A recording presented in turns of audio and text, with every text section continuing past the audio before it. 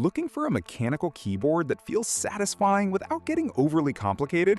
The WobKey Rainy 75 is getting a lot of attention in the keyboard community, mainly because it balances features and real-world usability quite well. Right away, the typing experience stands out. The sound is described as poppy and crisp, paired with smooth linear switches, so keystrokes feel consistent and clean when typing for long sessions. What makes it practical day-to-day is the build.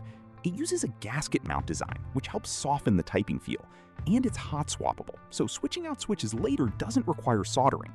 Add tri-mode connectivity, and it fits both wired desk setups and wireless use without much hassle. It also supports QMK and VIA, which means deeper customization if that matters, remapping keys, tweaking layouts, things like that.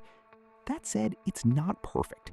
There are some reported quirks with QMK, occasional missed keypresses, and a slightly awkward power switch placement under the caps lock key.